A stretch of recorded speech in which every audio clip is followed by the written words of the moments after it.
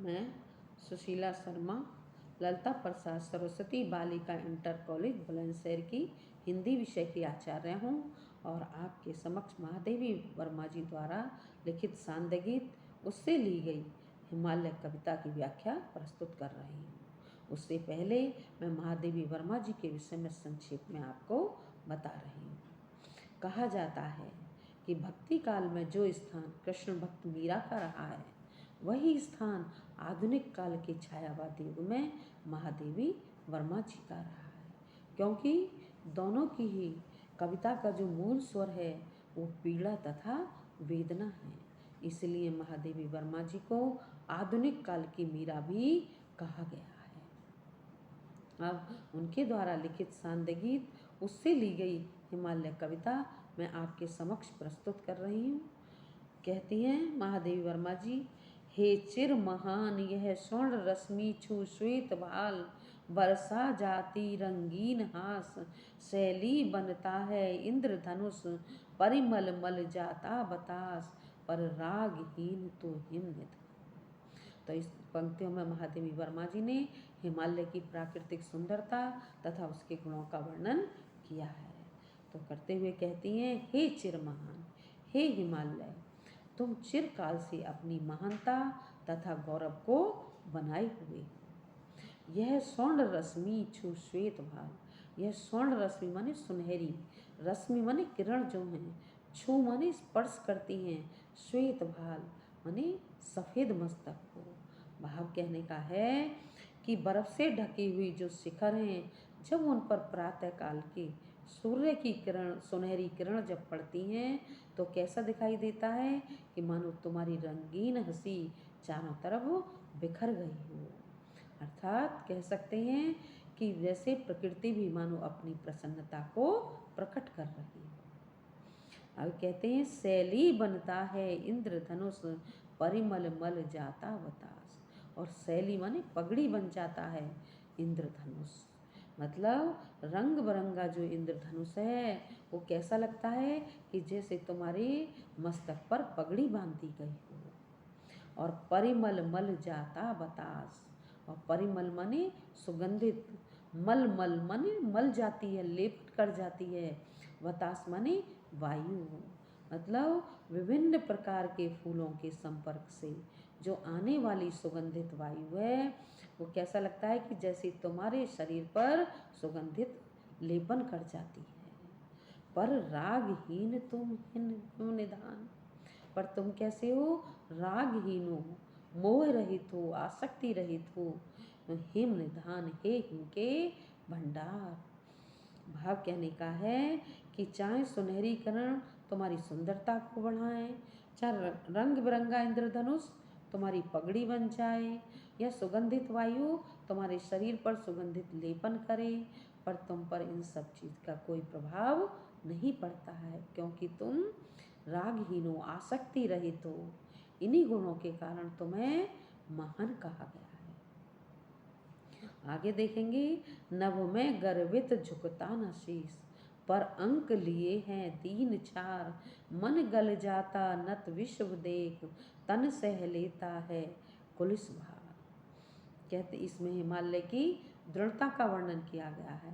तो दृढ़ता का वर्णन करते हुए कहती हैं कि नभ में गर्वित झुकता न शीस, मतलब आकाश में जो गर्व से ऊंचा खड़ा किया हुआ जो तुम्हारा मस्तक है वो किसी भी शक्ति के सामने कभी झुकता नहीं है। कह रहे हैं कि स्वाभिमान से जो आकाश को छूने वाला तुम्हारा मस्तक, कितनी बड़ी से बड़ी शक्ति क्यों नहीं आ जाए, लेकिन कभी किसी के सामने नहीं झुका है। पर अंक लिए है दीन चार, पर तुम हृदय से कितने कोमल हो कि अंक लिए माने अपनी गोद में, दीन माने तुच्छ, चार माने मिट्टी धूल को भी समा लेते हो। मतलब भाव है कि तुम हृदय से इतने कोमल भी हो कि संसार की जो तुच्छ धूल के कण हैं उनको सबको अपने हृदय से लगा लेते हो। मन गल जाता नत विश्व देख, तन सह लेता है कुलिस भार। और मन गल जाता माने मन पिघल जाता है, नत माने झुका हुआ विश्व माने संसार को देख करके, कि जब तुम संसार को दुखों में डूबा हुआ देखते हो तो तुम्हारा जो हृदय है वो पिघलकर मानो नदियों सरिताओं के रूप में बहने लग जाता है, और तन सह लेता है कुलिश भार, और तन तुम्हारा सहन कर लेता है। कुलिश माने कठोर से कठोर, मतलब वज्र से भी कठोर से कठोर आघातों को सहन कर लेता है। कितने मृदु, कितने कठिन प्राण, तुम हृदय से कितने कोमल हो कि तुम दूसरों के दुखों में दुखी हो जाते हो, और तुम कितने कठोर भी हो, क्योंकि वज्र के समान कठोर से कठोर आघातों को भी आसानी से सहन कर जाते हो, तो तुम इतने सहनशील भी हो। इसलिए यहाँ पर तुम्हारे दोनों गुणों को प्रदर्शित किया है और दोनों ही विरोधी स्थिति दिखाई है, इसलिए यहाँ पर विरोधाभास अलंकार भी प्रयोग हुआ है। अब आगे कहते हैं महादेवी वर्मा जी, टूटी है तेरी कब समाधि, झंझा लौटे सत हार हार, बह चला द्रगों से किंतु नीर, सुनकर जलते कण की पुकार, सुख से विरक्त दुख में समान। तो इन पंक्तियों में महादेवी वर्मा जी ने हिमालय को एक साधक के रूप में चित्रित किया है, और कहती हैं टूटी है तेरी कब समाधि, कि तुम एक तपस्वी योगी के समान समाधि लगाए रहते हो और तुम्हारी समाधि कभी टूटती नहीं है। झंझा लौटे सतहारा, चाहे झंझोर देने वाले ऐसे आंधी तूफान, सत मने सैकड़ों, हार हार मने हार मानकर वापस चले जाते हैं, पर तुम्हारी दृढ़ता को कोई भी खंडित नहीं कर पाता। बह चला द्रगों से किंतु नीर, सुनकर जलते कण की पुकार, सुख से विरक्त दुख में समान। और बह चला माने बहने लग जाता है, द्रग माने नेत्रों से, नीर माने अश्रु की धारा। कब? जब सुनकर जलते कण की पुकार, जब तुम धूप में जलते हुए जो धूल के कण हैं, जब उनकी पुकार चीत्कार तुमको स्पर्श करती है, तो तुम्हारे नेत्रों से, मतलब तुमसे निकलने वाली जो नदियां हैं उनके रूप में बह करके और सारे जलते हुए धूल के कणों को, संसार को तुम शीतल कर देते हो, और सुख से विरक्त दुख में समान। और तुम कैसे हो? सुख से विरक्त हो, सुख की तो तुम्हें कोई कामना है ही नहीं, और दुख में समान, सुख और दुख दोनों को तुम समान भाव से सहन करते हो। जिस प्रकार एक योगी का गुण है दुख और सुख में दोनों स्थिति को समान बनाए रहना, वही गुण तुम्हारे अंदर भी विद्यमान है। इसीलिए तुमको क्या कहा गया है? एक योगी और तपस्वी की उपाधि दी गई है। आगे कहते, मेरे जीवन का आज मूक, तेरी छाया से हो मिलाप, तन तेरी साधकता झूले, मन ले करुणा की थाय नाप, और उर्मय पावस द्रग में विना। अंत में महादेवी वर्मा जी अपने हृदय के भावों को प्रकट करते हुए कहती हैं कि मेरे जीवन का आज मूक, कि मेरी तो बस एक ही कामना है, क्या? कि मेरे जीवन की का आज मूक, मतलब मेरे जीवन की जो मूक माने मौन भावना है, वो तेरी छाया से हो मिला, मतलब तेरी छाया से मिल जाए, मतलब मेरा जीवन तेरे समान बन जाए। तेरे समान कैसे? मतलब जो गुण तुम्हारे अंदर समाये हुए हैं वो गुण मेरे चरित्र में भी आ जाएं। अभी ऊपर बताए हुए हैं हिमालय के कौन कौन से गुण बताए हैं।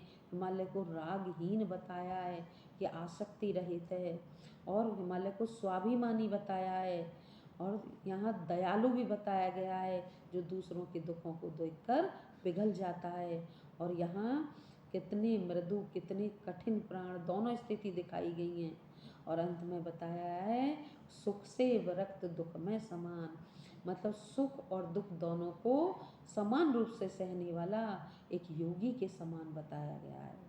तो कह रहे हैं हे हिमालय, जो गुण तुम्हारे अंदर हैं वो मेरे चरित्र में भी आ जाए।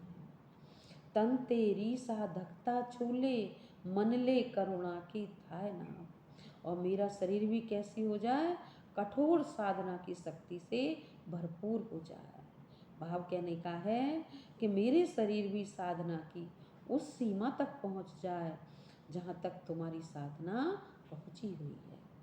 और मन ले करुणा की थाय नाप। और मन, थाय माने गहराई को नाप ले, मतलब जो करुणा, जितनी करुणा तुम्हारे हृदय में समाई हुई है वैसी करुणा मेरे हृदय में भी भर जाए, मेरा हृदय भी करुणा से भरपूर हो जाए।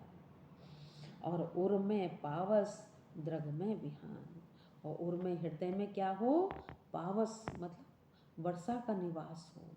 वर्षा का निवास मतलब जब हृदय में करुणा भरी होती है तो सरसता उसमें स्वयं ही आ जाती है।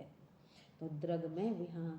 और द्रग माने नेत्रों में क्या हो, प्रातःकालीन चमक हो। भाव कहने का है कि आँखों में मेरी ज्ञान की ज्योति हमेशा चमकती रहे। अर्थात मतलब जो गुण आपके जीवन में भरे हुए हैं आप में, वो गुण मेरे जीवन में हमेशा स्मरण रहें, मैं वो हमेशा याद रहें, ये इसमें दिखाए गए हैं। और इसमें देखेंगे आप, इसमें अलंकारों का प्रयोग किया गया है। अभी ऊपर दिखाया था विरोधाभास अलंकार है, इसके अलावा अनुप्रास अलंकार इसमें कई जगह आया हुआ है। मलमल शब्द आया है, हार हार शब्द आया है, लेकिन उसके अलावा एक और अलंकार इनमें प्रयुक्त हुआ है, पुनरुक्ति प्रकाश अलंकार। पुनरुक्ति मतलब पुनः उक्ति, पुनः माने दोबारा, उक्ति माने कहा जाए।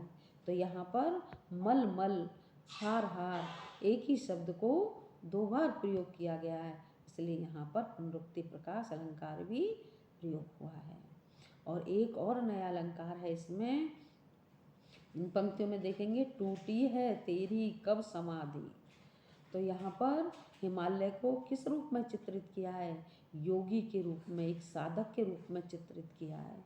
तो जब प्रकृति को एक मनुष्य के रूप में चित्रित किया जाता है तो वहाँ पर मानवीकरण अलंकार होता है। तो यहाँ एक मानवीकरण अलंकार भी प्रयोग हुआ है। और हमें हिमालय से ये प्रेरणा लेनी चाहिए कि हिमालय के समान हमें भी अडिग और सहनशील और आसक्ति रहित ऐसे गुणों को हमें अपने चरित्र में उतार लेना चाहिए। अगर आपको ये कविता पसंद आए तो लाइक करेंगे।